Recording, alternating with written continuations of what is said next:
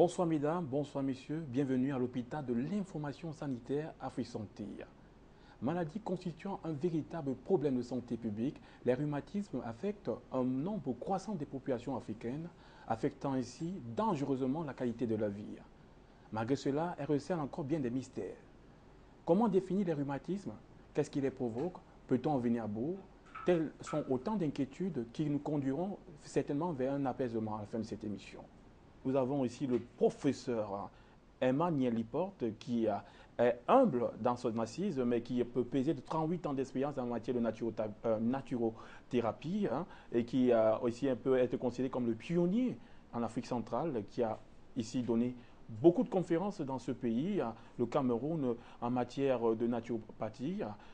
Professeur Liporte, nous vous recevons bien. Vous êtes aussi parapsychologue, si je le sais bien.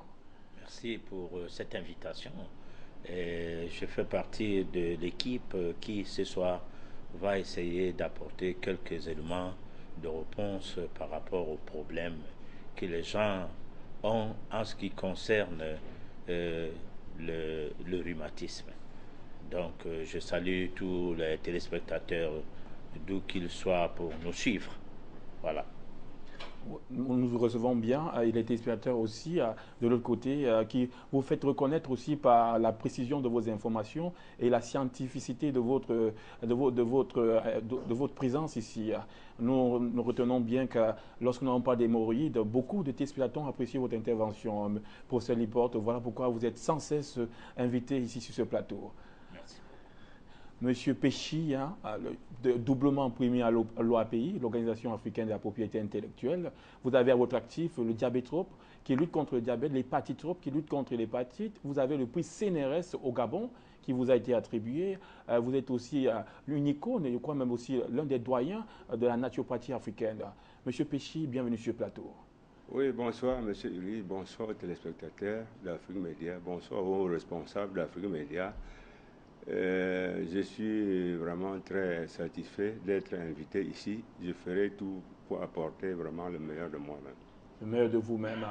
Pour terminer le quatuor, docteur Aaron Dizon-Caver, qui est de l'autre côté, qui pourra aussi nous recevoir. Docteur Aaron Dizon-Caver, je le précise bien, qui est pharmacologue, doublement primé, reconnu par l'OAPI, l'Organisation africaine de la propriété intellectuelle, et même au-delà, l'Organisation mondiale de la propriété intellectuelle, qui est l'OMPI. Nous savons aussi qu'il est l'inventeur du Bernoc, le sel botanique. Il a été primé, c'était au Mali en 2009 pour ce sel. Il a inventé aussi du Netco, qui est un antipaludéen qui a assez prouvé son efficacité. Et il a encore 12 autres produits à son actif, dont Komoko, qui est un anti, je pourrais dire, à l'âge spectre, un antibiotique à l'âge spectre. Docteur Aaron Dizon-Caver, nous vous recevons bien. Bienvenue sur ce plateau.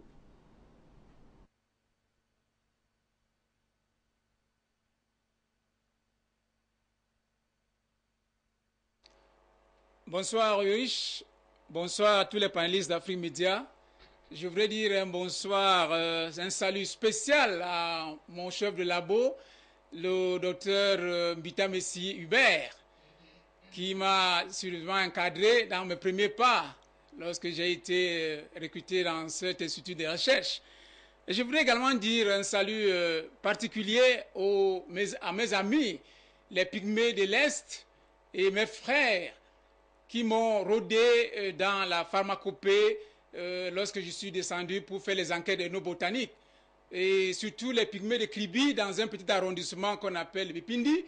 Ces pygmées m'ont vraiment suffisamment aidé pour devenir un chercheur, pas seulement celui qui cherche, mais celui qui trouve. Je salue à vous, tous les panélistes du plateau central.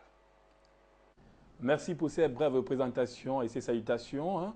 Le rhumatisme, nous connaissons une des formes, une des dérivées du rhumatisme, l'arthrose.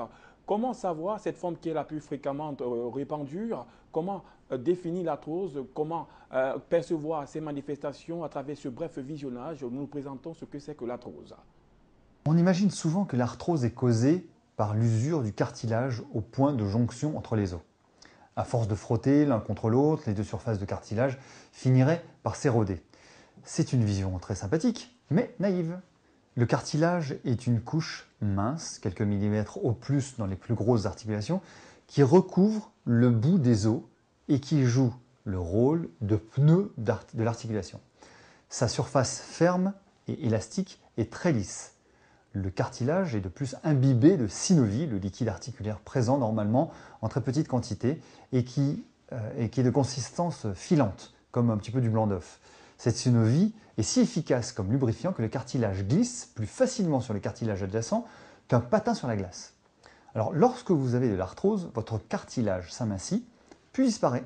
Mais ce n'est pas à cause de l'usure. Au contraire, le cartilage n'étant pas irrigué par des vaisseaux sanguins, sa seule façon de se procurer des nutriments pour se renouveler est que la synovie y pénètre et y circule, car c'est dans la synovie que se trouve la nourriture des cellules productrices de cartilage.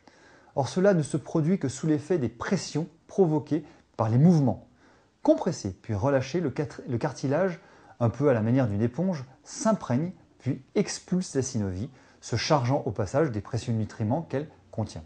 Ainsi, plus vous bougez, plus vous utilisez vos articulations, mieux votre cartilage est irrigué et peut se renouveler donc. C'est le miracle du cartilage qui ne s'use que quand on ne l'utilise pas. Ainsi, bien souvent le sportif qui souffre d'arthrose accuse le sport qu'il a pu faire jeune alors que le vrai responsable est en fait la décennie d'inactivité récente. Lorsque vous avez compris ça, vous avez une avance immense sur les autres personnes qui souffrent d'arthrose.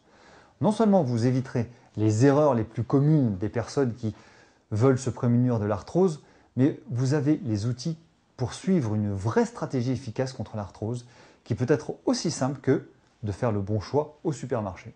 Alors, je vais vous parler d'une nouvelle théorie sur les vraies causes de l'arthrose. Car comme vous allez le voir, sur le sujet de l'arthrose comme sur tant d'autres, vos aliments peuvent avoir l'effet de poison ou de médicaments selon que vous ferez le bon choix.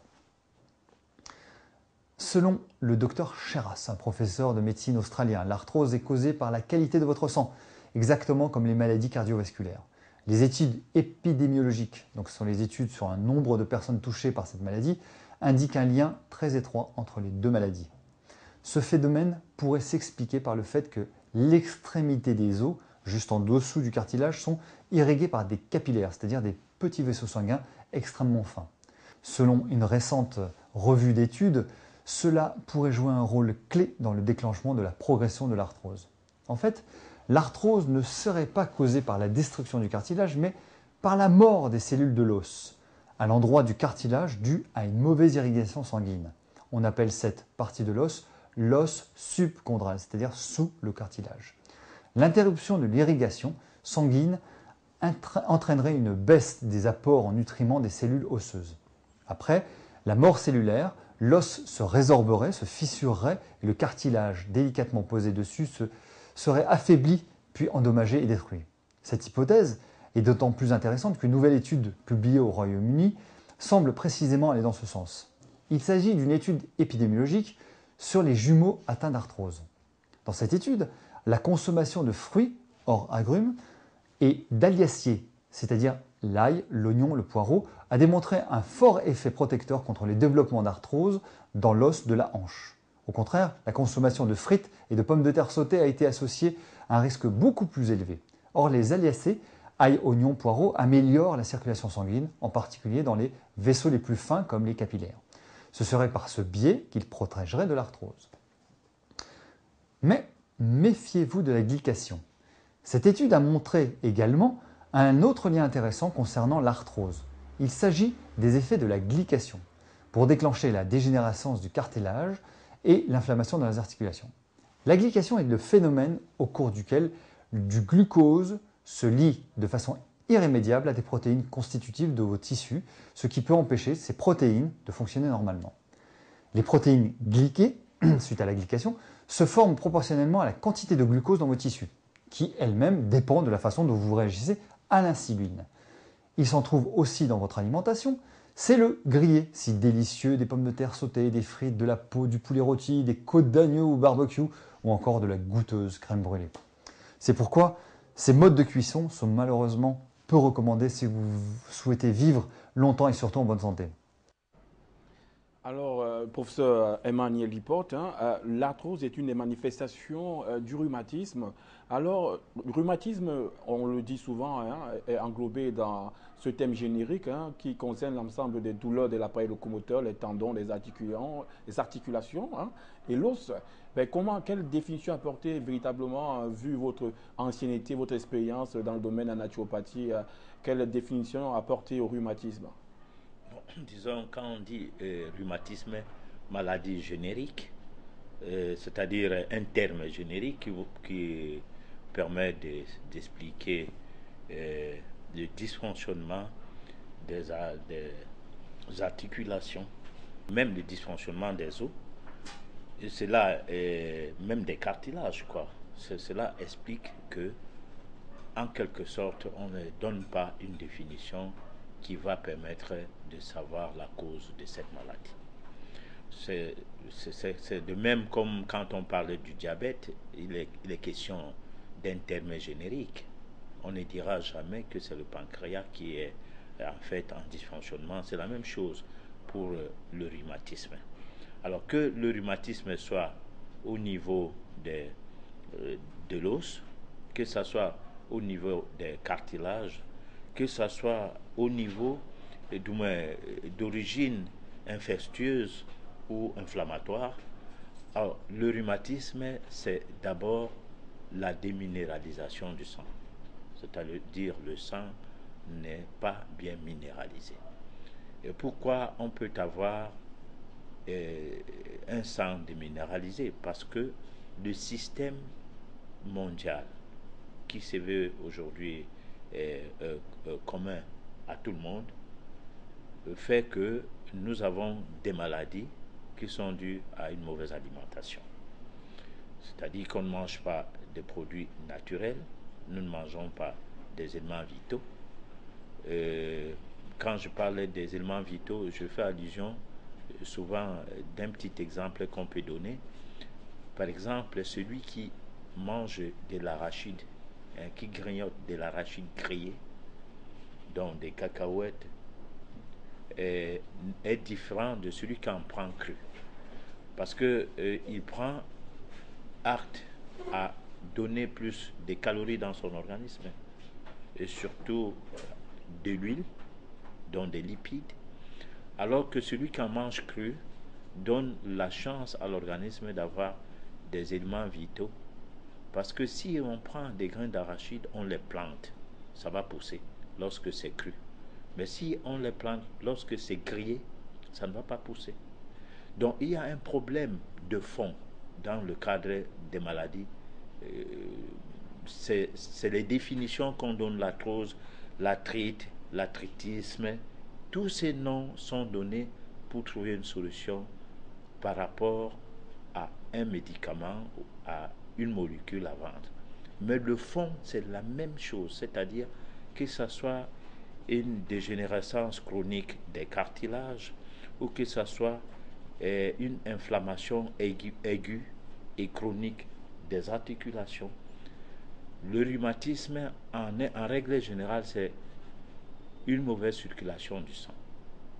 Cette mauvaise circulation du sang rencontre, du moins le sang rencontre au niveau, du moins le corps rencontre au niveau de ce que nous consommons un certain nombre de résidus, de déchets de mucus, des toxines, qui à la longue ne va pas permettre à l'os de mieux fonctionner, c'est-à-dire de trouver des éléments vitaux pour son, comment on peut dire, pour son équilibre. Parce qu'il y a l'équilibre au niveau des cartilages à rechercher, il y a l'équilibre au niveau de l'os. Et si, par exemple, on mange plus d'huile, c'est-à-dire on consomme de l'huile, on a un problème. On a un problème, c'est que cette huile qu'on consomme n'est pas d'ordre de ce dont le corps a besoin comme matière première. Alors que si on prend des protéines, je vais dire les lipides, c'est-à-dire des produits oléagineux, le corps pourra fabriquer par lui-même une huile nécessaire pour d'ébrucher les parties du corps qui en ont besoin. Donc, brièvement, professeur, le rhumatisme, vous pouvez l'entendre comme la déminéralisation du sang. Oui, de l'organisme, de par un mauvais mode de vie, c'est-à-dire un mode de vie artificiel. Voilà. Monsieur Péchy, comment définirez-vous, quelle définition apporter au rhumatisme? Je dirais que en ce moment où la consommation intensive des aliments industriels est à la une dans toutes les couches de nos populations, bon, d'abord, ces aliments industriels sont des aliments qui sont fabriqués, n'est-ce pas, et stockés de façon chimique. Ces aliments donc que nous consommons, n'est-ce pas, de façon répétée et prolongée, n'est-ce pas, à la longue, n'est-ce pas, dans l'organisme, vont justement engendrer, n'est-ce pas, des taux d'acide, des taux d'acide urique élevés, des taux d'acide gras élevés, des taux d'acide carbonique élevés. Bon, nous savons également que lorsque on a dans l'organisme des taux et des acides élevés, bon, l'oxygène de l'organisme est combattu. Et dans cet état d'hypoxie, c'est-à-dire de manque d'oxygène dans l'organisme, bon, il doit avoir par la suite la formation de certaines toxines telles que des cristaux d'acide urique, des cristaux d'acide gras, des cristaux d'acide carbonique.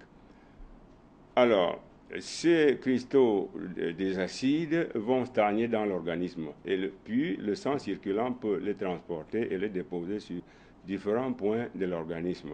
Si c'est au niveau des muscles, on va parler de rhumatisme goutte avec les enflures et des douleurs très profondes.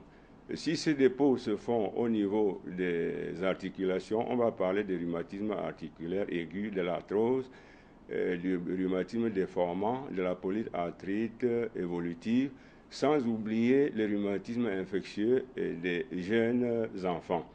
Si ces dépôts se font au niveau des nerfs, on va parler du rhumatisme névralgique, produisant des douleurs qui parfois engendrent des palpitations et de l'élévation du chiffre de la tension artérielle. Si ces dépôts se font par exemple entre deux vertèbres, on va parler de la hernie discale, un genre de rhumatisme qui fait des douleurs très atroces, des douleurs qui irradient dans les jambes et qui peuvent paralyser les jambes, entraînant, n'est-ce pas, une incapacité aux malades de pouvoir faire des activités. Voilà donc, on peut également parler des rhumatismes quand ça atteint le plus haut degré, ça peut toucher le cerveau, ça peut toucher le rein, ça peut toucher le pancréas, ça peut atteindre la septicémie. Bon, donc c'est une maladie qui se forme doucement au vu des fautes alimentaires, au vu de la déminéralisation par rapport à l'âge. Et pour trouver une thérapeutique assez importante, vraiment, il faut mettre longtemps. Et puis là, ça va entraîner aussi beaucoup de recherches. Voilà ce que je peux dire. Monsieur Péchy, vous avez eu le mérite de sortir toute la typologie des rhumatismes avec les téléspectateurs. Ils sauront encore s'en tenir avec la lecture que vous avez faite des différents types de rhumatisme. Docteur, nous adressons actuellement au docteur Aron. Docteur Aron, quels sont les symptômes? À quoi reconnaître les rhumatismes? Ou alors, précisément, on va typer la goutte, qui ici est la présence des cristaux au niveau des articulations.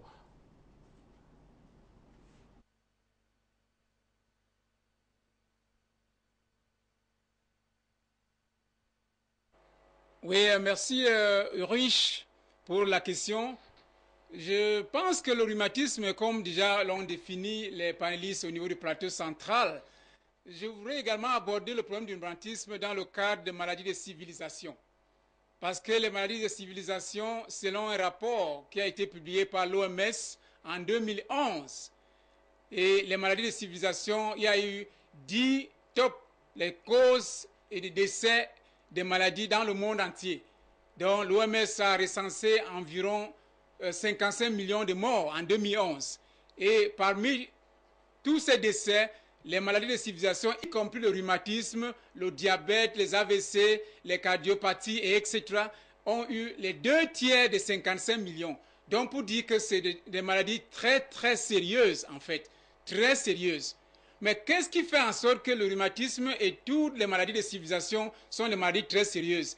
C'est des maladies, comment est-ce que ça arrive à rentrer dans notre organisme? Comment est-ce que ça vient et de quelle façon? Il y a fondamentalement, il y a 2 causes que j'ai pu énumérer. Je disais ça la semaine dernière sur ce même plateau. La première cause, il y a ce qu'on appelle une surcharge d'acide. Et la deuxième cause, ou alors acidose. La deuxième cause, c'est qu'on appelle l'encrassement. L'encrassement, ça veut dire quoi? C'est la sciure, c'est la saleté, c'est les impuretés. C'est tout simplement l'accumulation des dépôts. Lorsque les dépôts sont accumulés dans notre système, dans tout notre corps. Ainsi donc, ceci fait les 2 causes principales, non seulement du rhumatisme, mais de toutes les maladies de civilisation.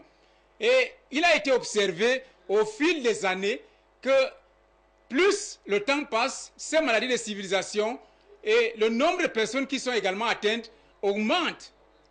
Bien, malgré le fait que dans le temps, c'était plutôt les personnes âgées qui étaient beaucoup plus concernées, comme parlait du rhumatisme et d'autres maladies de civilisation. Aujourd'hui, nous constatons que ce n'est plus le cas. Ça a vraiment changé le cap. Et pourquoi donc, en fait, ce n'est plus seulement les personnes âgées. Et beaucoup de statistiques ont démontré que la plupart des enfants qui naissent aujourd'hui, environ plus de la moitié, viennent au monde avec plus ou moins, c'est-à-dire une charge qu'ils ont héritée auprès de leur maman ou de leurs parents. Parce qu'ils ont hérité, c'est-à-dire l'encrassement à travers l'embryon de manière involontaire, à travers leur mère. Et voilà donc un autre problème, que les enfants, les nouveaux-nés, qui prennent cet encrassement, ces surcharges, ces acides, avant même, juste au moment de la naissance, ça cause problème. Et est-ce que ce sont les recherches qui manquent? Est-ce que ce sont les diagnostics qui manquent? Les recherches sont là, mais le véritable problème, c'est les thérapies qui sont couronnées avec succès, qui font défaut. Et même les connaissances au niveau donc maintenant de la manière comment prévenir ces maladies, aujourd'hui, ça fait également défaut. Donc le système sanitaire ne sait pas comment protéger les populations, c'est-à-dire vis-à-vis de ces maladies de civilisation. Bien compris, le rhumatisme fait partie. Donc, pardon, autant pour moi, je veux donc dire que ces maladies, aujourd'hui, elles sont là et elles sont réelles. Et c'est très sérieux, parce que si nous regardons bien dans notre corps, dans notre environnement, il y a quand même des signes que ces maladies peuvent, de temps en temps, nous démontrer lorsque leur présence est là. Si nous sommes vraiment vigilants, si nous sommes vraiment... Et si on ne fait pas attention, ces signes vont être là, ils vont se développer. Dans la deuxième partie, quand je vais tout à l'heure développer, je voudrais également dire d'où nous viennent ces toxiques, d'où nous viennent ces acides. Ces acides, généralement, viennent dans l'alimentation et au quotidien, les résidus des médicaments, tout ce qu'on consomme au quotidien, les nourritures qui ont les pesticides, les insecticides, etc., les conservants, les arômes, les médicaments, en bref, tout ce que nous consommons, ça crée en nous certains acides, et certaines toxines, et certains toxiques.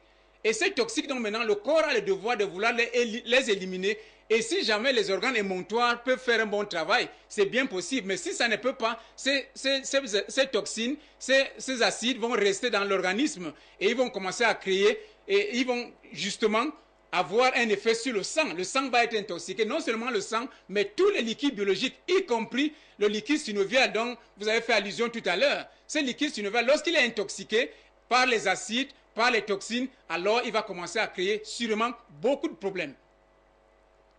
Merci, Dr Aron. Nous revenons au professeur Niali Porte. Vous avez dit, votre remarque coïncide avec celui du docteur à la vidéo. Le rhumatisme est causé par une mauvaise irrigation de notre corps. Donc le sang est infecté et le sang dont on sait qu'il arrose tout l'organisme et qui est le liquide nourricier de l'organisme, lorsqu'il est mauvais, au fil du temps, on finit par avoir du rhumatisme. Mais docteur, professeur, vous permettez, alors, comment situer les causes réelles de cette mauvaise irrigation dans le sang, le fait qu'on ait un sang pas très bien, de mauvaise qualité? Bon, on peut aller très pas à pas. Moi, les remarques que j'ai eues à tirer, c'est que l'homme n'a pas les maladies, mais l'homme a un dysfonctionnement de l'organisme. Ce dysfonctionnement de l'organisme, à un moment donné, on peut donner le nom à cela en suivant pas à pas la partie du corps qui est concernée. Là, il y a un aspect anatomique. Mais cependant, tout passe sur le fait d'un déséquilibre qui commence à partir de ce que nous mettons dans la bouche. Lorsque nous mangeons, à partir de la bouche, il y a d'abord ce qui digère au niveau de la mastication avec l'apport des glandes salivaires et tout. Et ça descend, prenons par exemple tout ce qui est amidon, donc glucides et tout, doit se digérer au niveau de la bouche. C'est pour cette raison que quand vous prenez par exemple quelque chose de sucré, vous avez une autre sensation au niveau de la bouche par rapport à ce qui est amer. Alors, maintenant, si vous prenez quelque chose de sucré, vous mâchez ça pendant longtemps, vous allez sentir que c'est plus sucré encore. Je donne un exemple sur les gâteaux. C'est vrai, c'est un aliment déminéralisant, hein, même du pain qu'il faut éviter, mais je donne juste un exemple. Si vous mâchez un gâteau bien sucré pendant 30 fois ou plus, jusqu'à ce que le bol alimentaire devienne totalement liquide, vous aurez l'impression que de votre vie, vous n'avez jamais mâché des gâteaux, vous n'avez jamais mangé des gâteaux. Alors pourquoi cela? Parce que au niveau de la bouche, à partir des parois buccales, vous aurez une sensation de cette manière simplement parce que ça intègre directement le système circulatoire, donc le sang. Si vous avalez les gâteaux directement, c'est-à-dire au lieu de les mâcher, vous les laissez tomber directement dans l'estomac, vous avez empoisonné le corps. Alors, cet empoisonnement du corps peut provoquer n'importe quelle maladie. Parce que ce qui est du problème alimentaire de l'hygiène de vie, c'est que on n'a pas ceux qui prennent des sucreries qu'ils appellent de jus. Chez les femmes, il y en a, ça provoque des règles douloureuses, d'autres, ça provoque des fibromes, ça provoque même des kystes, même des cancers, mélangés à d'autres aliments qui sont artificiels. Parce que quand on parlait des maladies des civilisations, on fait allusion à une alimentation artificielle. Professeur, vous permettez, Oui. c'est bien de tirer à boulet rouge, hein, vous le tirez, et vous tirez en plein mille. Hein. Les gâteaux, vous tirez sur les gâteaux, quelle que soit la forme, quel que soit son mode de cuisson. Vous tirez aussi sur des jus. Nous en consommons chaque jour des gâteaux, on ne peut pas s'en passer. Faut-il que l'homme retourne à l'état de chèvre, c'est-à-dire condamné à être végétarien, manger que du verre, des légumes et boire peut-être que d'eau, même si l'eau dans les bouteilles en plastique facilement pollue l'organisme? On a 3 types de nourriture, d'aliments. Il y a l'aliment céleste, l'oxygène. Ça neutralise tout ce qu'il y a comme déchets dans notre organisme. Parce que lorsque le sang part du cœur, ça entre directement dans le poumon pour s'imprégner de l'oxygène. Et ce qui va purifier l'organisme grâce à cet oxygène. Donc, l'oxygène va nourrir le corps. On a un deuxième aliment, parce que l'oxygène, c'est un aliment positif. Alors, il y a l'hydrogène, du moins l'eau. L'eau, en règle générale, c'est un aliment neutre. Il apporte aussi beaucoup d'éléments positifs dans notre organisme. Donc, neutralise les déchets, permet d'éliminer les déchets par l'appareil extracteur de déchets, les reins et autres. Et il y a les nutriments. Dans tout ce qui nous fait vivre, connaître les problèmes de santé, c'est les nutriments. Parce que si l'homme ne mangeait pas, il ne mourrait pas jeune. Sauf si c'est un destin, et s'il faut reconnaître un peu le destin. Tout ce que nous mangeons doit être sélectionné. Ça veut dire quoi? La mamelle nourricière de l'homme, c'est la terre. Tout ce que Dieu a créé se nourrit de la terre. Que ce soit les arbres. Il y a une nappe d'eau dont la racine pivotante de l'arbre puise de cette eau de quoi manger, et c'est ça qui nourrit l'arbre jusqu'au niveau des feuilles. Alors, l'homme n'a pas la nappe d'eau de l'homme. On appelle ça les humeurs, c'est-à-dire le sang, sérum, lèvres. Si vous voulez entretenir votre nappe d'eau propre, vous devez sélectionner ce que vous mangez, en tenant compte que ce que vous devez manger doit être de ce que Dieu a créé. Parce qu'il ne faut pas parler de Dieu souvent.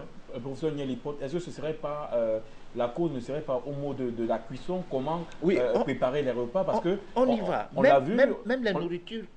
On l'a vu, les poulets rôtis, les pommes frites, les crèmes, la goûteuse crème brûlée, ce ne serait pas lié au mot de cuisson?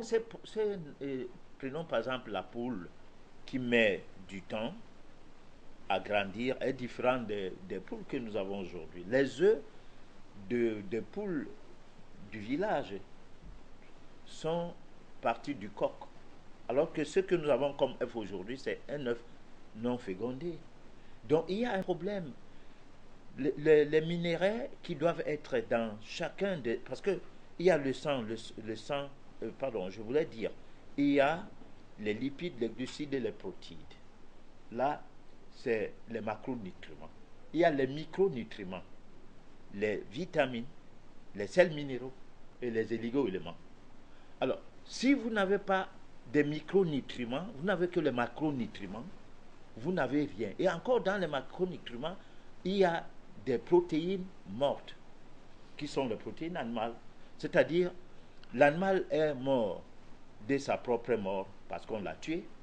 Et le feu est venu aussi tuer la chair de l'animal. Et là, on a besoin de la vie. On ne peut pas manger la mort et obtenir la vie. Nous mangeons pour vivre. On ne vit pas pour manger. Je regrette, nous sommes dans un environnement où on ne peut pas éviter de faire certaines choses. Par exemple, un étudiant qui n'a pas les moyens de s'alimenter normalement peut, le long de l'année scolaire, manger des œufs non fécondés avec des spaghettis et tout, les pâtes alimentaires et tout. Mais il faudra bien qu'il y ait un moment dans sa vie, donc pendant les vacances, qu'il s'alimente normalement.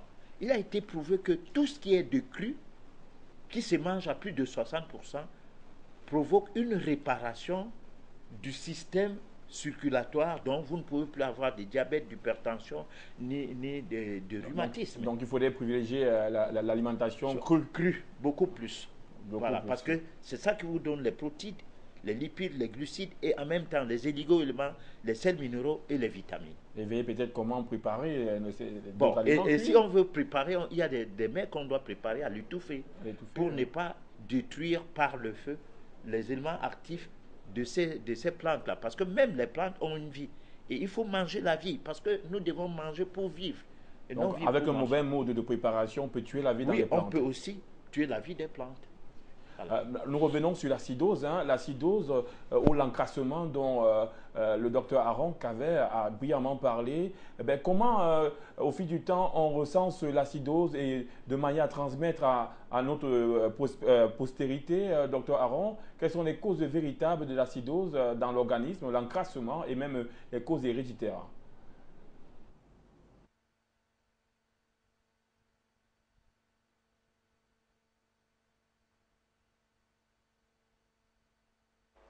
Oui, merci Rich pour la question. Je disais tantôt l'encrassement, c'est-à-dire la saleté, les impuretés, les dépôts et tout ce que vous voulez. Et l'acidose également. Je vais donner quelques exemples par rapport à ce que nous consommons au quotidien. Par exemple, vous allez voir l'acide urique qui s'est produit dans notre organisme à partir de la consommation excessive de la viande et également de la dégradation de nos cellules. Il y a également l'acide sulfurique et l'acide nitrique qui sont produits à cause, c'est-à-dire produits par la consommation de la viande de porc et certains fromages et les viandes salées. Il y a également l'acide acétique qui se produit à partir de la consommation des sucreries et la graisse, beaucoup plus la graisse animale. Et aussi, il y a l'acide tannique. L'acide tannique qui est également produit à partir de la consommation du thé noir et du café. Ça, c'est juste quelques cas d'acide que notre corps peut fabriquer au vu de ce que nous nous donnons tous les jours. Et cependant, maintenant, lorsqu'il y a donc ces acides qui sont dans notre corps, comment donc notre organisme arrive donc maintenant à pouvoir les éliminer? Comment est-ce que c'est possible? Et c'est par rapport à cette élimination que nous allons donc voir quel est le travail que l'organisme fait. Il y a donc 4 étapes. La première étape, c'est qu'on les appelle également les déchets résiduels. Et ces déchets résiduels, c'est lorsque le corps est arrivé à les neutraliser, qu'on appelle, c'est-à-dire il a neutralisé les toxines, les acides et puis les toxiques. Bon, la première étape, le corps, à travers les oligo-éléments et surtout les minéraux, le corps arrive à les neutraliser. Et après la neutralisation, il y a la deuxième étape, le corps fait en sorte que ces toxines qui ont été neutralisées deviennent inoffensives. Parce que s'il n'arrive pas à pouvoir mettre ces toxines inoffensives, lui-même le corps risque d'être attaqué plus tard. Et la troisième étape, il faudrait donc maintenant que le corps ait sûrement les sels minéraux énergétiques. Je parle ici des sels minéraux énergétiques qui ont l'énergie vibratoire vitale. Et ce sont ces sels minéraux qui sont capables de pouvoir donc aider le corps à fixer donc maintenant ces toxines. Ces toxines, lorsqu'ils sont fixés, du point de vue chimique, on va parler de la formation des sels neutres. Et les sels neutres peuvent donc maintenant être, en temps normal, être éliminés dans le corps à travers les organes émonctoires. Les organes émonctoires ou les organes épurateurs. Ça veut dire, je parle de quelques-uns, il y a le foie, il y a les reins, les intestins et la peau, qui peuvent en temps normal éliminer. Si ces organes ne peuvent pas faire leur travail et que ces déchets arrivent donc maintenant à pouvoir se concentrer et l'excès de ces déchets va commencer à se déposer. Par exemple, on peut prendre le cas de la goutte. Lorsqu'il y a déjà les dépôts, on va parler des dépôts de calcium urique et en ce moment, on va parler de la goutte. Et voilà déjà les dépôts qui se posent. Et fondamentalement, il y a 2 raisons. Pourquoi il y a donc dépôt? 2 choses. L'excès de ces toxines-là. Quand les toxines sont en excès, en principe, elles commencent à se déposer. Et lorsqu'il y a un manque d'absorption des liquides, c'est-à-dire de l'eau, pour faire dissoudre ou diluer donc maintenant la toxicité, également, ça commence à se déposer. Et là, lorsque la concentration augmente, donc tous les liquides organiques deviennent donc maintenant touchés. Ces liquides organiques, c'est-à-dire le sang, la synovie et tous les autres liquides organiques que nous avons dans notre corps biologique sont donc touchés. Et à partir de ces moments-là, il peut donc avoir cet encrassement qui peut être transféré au niveau, par exemple, des bébés par leur mère et au niveau même de tous les parents. Donc c'est de là où, si le corps, les organes émonctoires ne font pas bien leur travail, l'encrassement reste donc s'entasser et ça commence donc maintenant au niveau des tissus adipeux. Après les tissus adipeux, vient le tissu conjonctif. Après le tissu conjonctif, viennent maintenant les muscles. Et c'est progressivement que ça se dépose. Après, lorsque ces 3 étapes sont donc surchargées, ça va aller au niveau des articulations. Et au niveau donc maintenant des capsules articulaires, au niveau des tendons, au niveau des ligaments. Donc, ces déchets continuent donc maintenant à se déposer partout. Les dernières étapes au niveau des glandes, au niveau des tissus, je veux dire les glandes et les organes, et même au niveau du cœur et au niveau du cerveau. On va appeler le nom qu'on va vouloir appeler, parce que imaginez que le même sang qui est surchargé avec ces toxines, il y a donc déjà des dépôts au niveau de la paroi interne, les artères et des veines. On va appeler hypertension. Et maintenant, lorsqu'on trouve ces dépôts au niveau de la synovie, qui sont en train de ravitailler, c'est-à-dire que les organes, les articulations, on va appeler le rhumatisme. Et lorsque ça se trouve au niveau donc maintenant du pancréas, pour permettre le mauvais fonctionnement des cellules bêta du pancréas, on va parler du diabète. Donc, voilà donc les causes qui sont les causes fondamentales, les causes premières des maladies de civilisation. Parlant du rhumatisme, le diabète, l'hypertension, etc. Voilà les causes fondamentales et qui font en sorte que lorsque notre corps n'est pas en bon état pour permettre l'élimination directe de ces maladies, en ce moment là, les mères fondamentalement peuvent donc transmettre l'encrassement, c'est-à-dire les dépôts à leur progéniture à travers le biais de l'embryon. Quand l'enfant naît, il naît donc maintenant avec toutes ces souillures. Et voilà donc le départ. Et il commence immédiatement avec les problèmes de maladie dès sa naissance. On dirait que quand le mal peut être héréditaire. Et nous signalons que ces douleurs, ces rhumatismes peuvent attaquer usuellement les hanches, les mains et les genoux. Nous allons prendre aussi un intervenant, brillant intervenant, activiste de la cause panafricaine dans le domaine de la santé et très émérite dans ses recherches, Kwasi de Londres. Bienvenue sur ce plateau. Nous souhaitons un agréable retour, Monsieur Kwasi.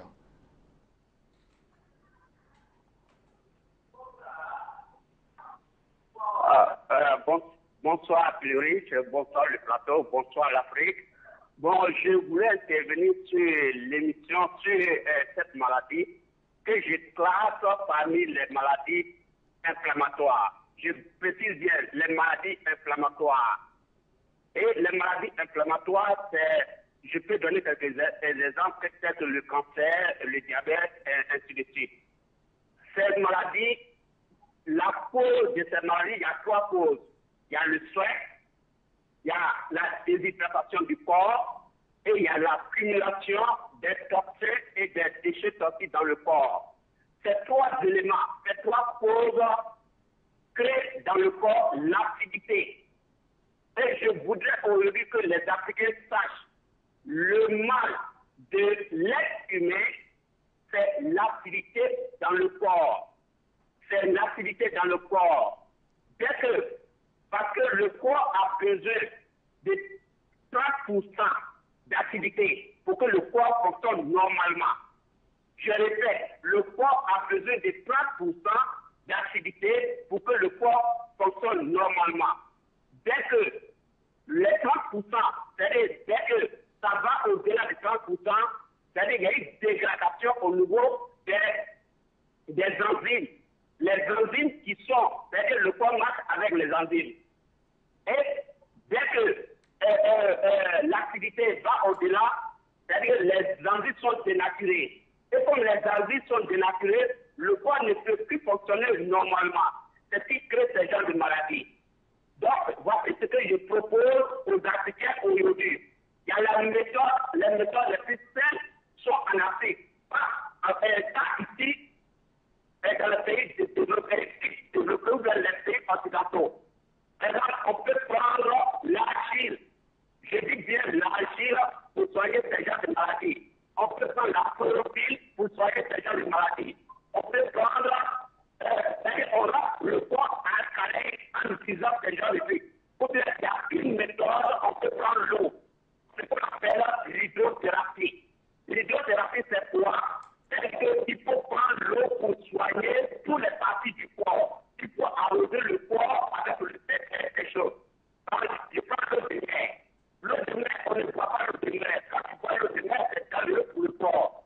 Mais quand tu te laves avec l'eau de mer et que ça rentre par le corps, ça donne tous les sels minéraux dont le corps a besoin. Aujourd'hui, c'est ce que je propose aux Africains. Je voudrais que nous utilisons la méthode naturelle pour soigner ces maladies. Les occidentaux ont échoué, je le répète bien. La médecine occidentale a échoué. Merci de cette brillante déclaration, M. Kwasi de Londres. L'hydrothérapie, il faut valoriser l'hydrothérapie qui est le traitement le plus naturel. Prendre une eau potable et matin, après-midi, 1,5 litre et soir pour pouvoir faciliter la fluidité sanguine et pouvoir détoxifier ou alors ôter l'ensemble des toxines du corps qui peut s'acheminer et qui vraisemblablement s'achemine à travers les urines. Alors, vous permettez que nous prenions M. Mbala de la Norvège. M. Mbala, bonsoir et bienvenue sur Afrique Santé. Bonsoir monsieur, bonsoir à tout le monde, bonsoir à toute l'équipe technique, bonsoir à tous les experts sur le plateau.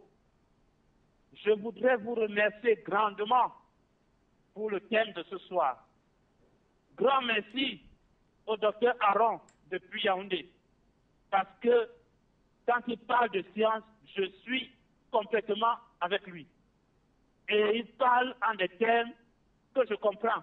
Qui d'ailleurs, je comprends que la plupart des gens ne puissent pas les comprendre, mais vraiment, on parle science là, et vraiment merci pour ça. Je souhaiterais, s'il vous plaît, poser une question par rapport à ce problème d'acidose, qui me turlupine aussi, parce que vous savez, aujourd'hui, j'ai l'impression qu'en Afrique, on a une proportion vraiment grandissante, à peu près un tiers des femmes qui souffrent de problèmes de procréation. On leur parle de kystes, de myomes, de fibromes, de trompes bouchées. Vraiment, pour moi, c'est un complot contre l'Afrique. Et on a parlé des vaccins et de toutes ces choses-là qui sont envoyées en Afrique pour pouvoir stériliser les femmes et créer chez elles cette acidose. Ma question est celle de savoir, s'il vous plaît, pourquoi l'acidose semble s'attaquer plus au système reproducteur de la femme qu'à celui de l'homme? Comment ça se fait? Comment ça se fait qu'on a plus de problèmes de procréation chez la femme que chez l'homme aujourd'hui? Et pouvez-vous, s'il vous plaît, l'un des docteurs sur le plateau a parlé de 3 nourritures fondamentales. Il a parlé de l'oxygène, de l'hydrogène, et je n'ai pas suivi le dernier. Vraiment, ça c'est capital, c'est très important. Je ne sais pas si les gens se rendent compte de ça. Et en plus, ma troisième préoccupation, c'est par rapport à l'organisation de l'émission. Parce que vous savez, monsieur le modérateur, ça c'est l'une des meilleures émissions de cette chaîne. S'il vous plaît, je souhaite que quand les panélistes interviennent, ils n'hésitent pas à donner les recettes terre à terre. Parce que ceux qui vous suivent, certains ne sont même pas allés à l'école. Quand vous parlez d'acidose, là, lui ne sait même pas ce que c'est. Dis-lui quel rhumatisme, pour soigner ça, prends un ginger, mets dans l'eau, ajoute le miel si tu peux, et bois. Vraiment, terre à terre. Certains des experts hésitent parfois à donner leur formule. Vraiment, on n'est plus aussi que des secrets. Dites-nous comment ça se passe. Vous n'y perdez rien. Vous n'allez pas perdre les clients. D'ailleurs, si vous donnez une recette à un inconscient ou bien à un imbécile, tant qu'il ne sait pas comment l'utiliser, il ne pourra pas guérir. Donc vraiment, donnez. Dernière chose, s'il vous plaît, vraiment, s'il vous plaît, la dernière chose, monsieur le modérateur, lorsque les experts parlent, s'il vous plaît, laissez-les dérouler leurs idées. Laissez-les dérouler leurs idées. Je comprends que vous vouliez les relancer et que vous vouliez prendre la place des auditeurs qui ne savent rien, mais vraiment, qu'ils donnent là des paroles de vie. Essayez de les laisser dérouler les idées de A à Z. Je vous remercie. Très bonne soirée à tous. Merci, M. Mbala, qui appelle depuis la Norvège.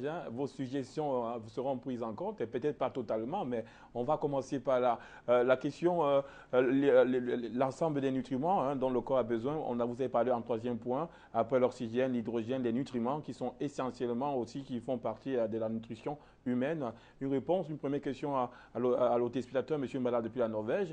Et la deuxième préoccupation qui me semble la plus intéressante, nous allons la poser à M. Péchy. Pourquoi les femmes sont plus attaquées au niveau de leurs organes reproducteurs que les hommes, et pourquoi aussi les rhumatismes attaquent aussi plus les femmes que les hommes, M. Péchy?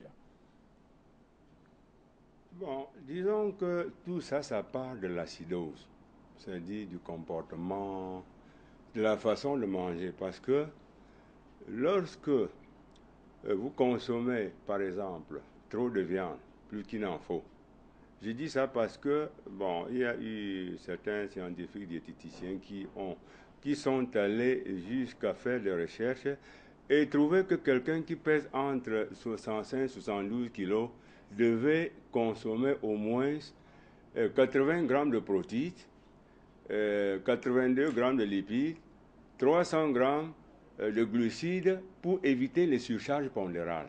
Et quand on parle de surcharge pondérale, il s'agit de différentes sortes des acides, les acides uriques, des acides carboniques, des acides gras, des acides oxaliques, bon, qui vers la fin entraînent toujours les rhumatismes, c'est-à-dire un taux d'acidose sanguin élevé, qui est d'abord même à l'origine de plusieurs maladies.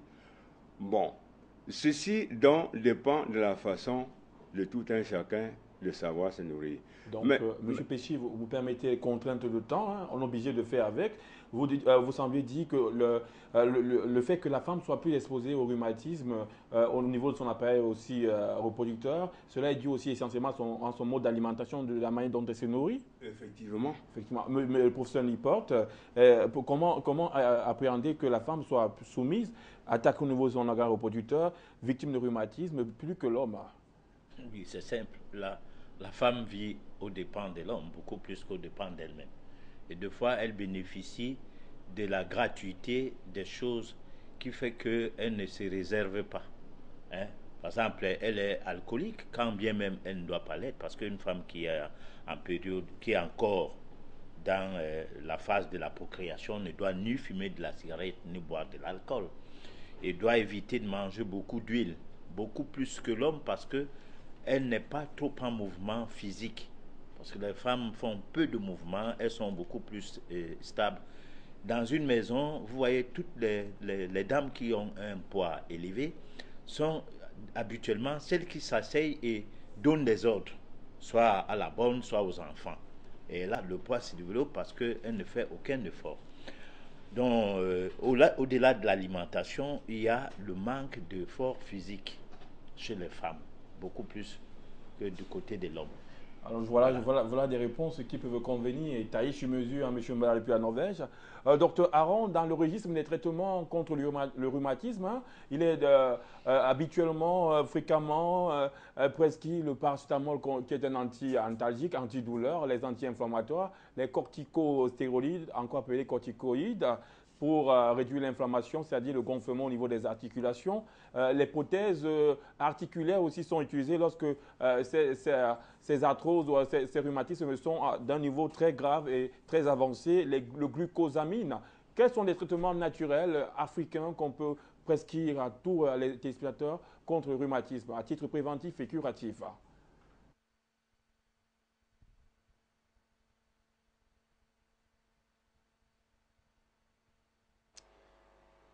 Merci Ulrich. Je voudrais, avant de donner quelques propositions, des solutions ici, je voudrais d'abord faire une citation, lire une citation du docteur Jean-Michel Crabbe dans son livre « L'échec de la médecine occidentale ». Il dit dans le chapitre 3 et la page 36, je cite, « Globalement, le projet de la pharmacologie moderne a échoué. Il n'existe pas de molécules chimiques adaptées au traitement de chaque maladie.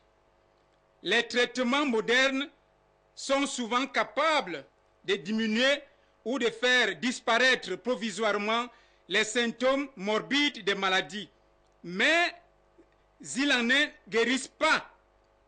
Ils traitent les conséquences organiques des maladies sans en traiter les causes et doivent être prolongés indéfiniment. Ça, c'est un médecin qui a plus de 25 ans d'expérience de médecine qui le dit, que les traitements chimiques pour traiter les maladies, je ne parle pas seulement du rhumatisme, des maladies généralement dans la globalité, ça dit que la pharmacologie moderne a échoué. Donc c'est clair, lorsqu'on est malade, souvent on demande que est-ce que vous êtes parti à l'hôpital, qu'est-ce que le docteur a dit? Voilà un diagnostic qu'un médecin qui a plus de 25 ans pose, que la pharmacologie moderne a échoué et que tout ce que ces produits font généralement, c'est pour traiter les conséquences, mais pas les causes. Maintenant, lorsque nous revenons donc chez nous, qu'est-ce qu'il faut faire lorsque nous sommes attaqués, soit par le rhumatisme, soit par d'autres maladies de civilisation, ou alors, qu'est-ce qu'il faut faire pour prévenir? La première chose que je pourrais dire, c'est d'abord, il faut prendre l'essentiel, c'est-à-dire manger ce qui est essentiel, éviter ce qui est nuisible, c'est-à-dire manger, boire ce qui est essentiel.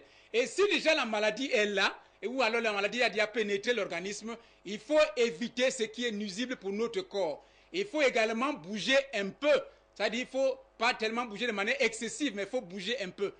Et en quatrième position, il faut faire ce qu'on appelle l'évacuation basique qui passe sur la peau. L'évacuation basique, ça veut dire quoi? On peut faire la fumigation. À l'époque, nos ancêtres faisaient ça. Ils prenaient beaucoup de feuilles. On faisait faire bouillir l'eau. On met les feuilles. Ou alors on fait bouillir les feuilles dans l'eau. Et on fait la fumigation. C'est-à-dire on se couvre. À un moment donné, on transpirait beaucoup. Ça veut dire que c'est ces toxines à travers la peau qui vont sortir de cette manière-là. Ou alors, la deuxième étape, et je veux dire la cinquième, qui veut dire il faut prendre suffisamment de fruits. Suffisamment de fruits. Et là, ces fruits vont être généralement, on connaît que les fruits, généralement, c'est cru. Donc, et en ce moment, ces fruits vont être riches en sels minéraux. Et les sels minéraux riches en énergie vibratoire vitale. Et riches également en bioélectricité. c'est-à-dire l'énergie, manger les bananes, manger beaucoup plus de sésame, tout ce qui est comme fruit, manger les fruits suffisamment. Et la dernière solution, c'est la dissolution. La dissolution, ça veut dire qu'il faut prendre deux choses. D'abord, il faut boire beaucoup d'eau, c'est-à-dire au moins entre 1,5 litre et 2 litres d'eau par jour. Cette eau va permettre maintenant la dissolution ou arrêter la concentration des toxines dans le sang. Et lorsque vous allez uriner, ça fait que l'eau va dissoudre certaines toxines, certaines acidités qui sont dans les liquides biologiques et ça va partir avec les urines. Et vous allez également transpirer. En plus de ça, en plus de la tisane de Dieu que j'avais déjà parlé ici, vous allez ajouter dans cette tisane certaines plantes aromatisées, les plantes qui sentent, comme par exemple, ces plantes, on peut les citer. Il y a par exemple le thym qui sent, toutes les plantes qui sentent, qui sont une odeur, l'eucalyptus. Toutes ces plantes, on peut donc maintenant essayer de prendre les tisanes pour essayer de pouvoir donc maintenant éliminer ces toxines, parce que ces plantes ont la capacité de nous amener ces sels minéraux énergétiques qui sont capables de pouvoir éliminer ces toxines dans le corps. Donc je dis que c'est très important par rapport à ça. Merci, Dr Aron. Le temps, comme vous le dites à tous les téléspectateurs, nous tient vraiment de manière ardue et de manière vraiment très serrée à la gorge. C'est sur ce que nous allons conclure cette émission avec l'ensemble des traitements naturels que Dr Aron Claver, un pharmacologue, vous a donné. Nous remercions toute l'équipe technique, toute l'équipe de cadrage à la diffusion et même à la réalisation, l'élément central de la diffusion et la réalisation. Nous les saluons, nous saluons tous les téléspectateurs et tous ceux qui ont contribué de manière active à cette émission. M. Kwasi Alexandre Mbala de Norvège, nous remercions M. Péchi, M. professeur Nyema El Liporte. Pour tous les téléspectateurs, nous disons à bientôt. D'ici là, portez-vous bien et passez une agréable soirée sans rhumatisme et sans douleur. Au revoir.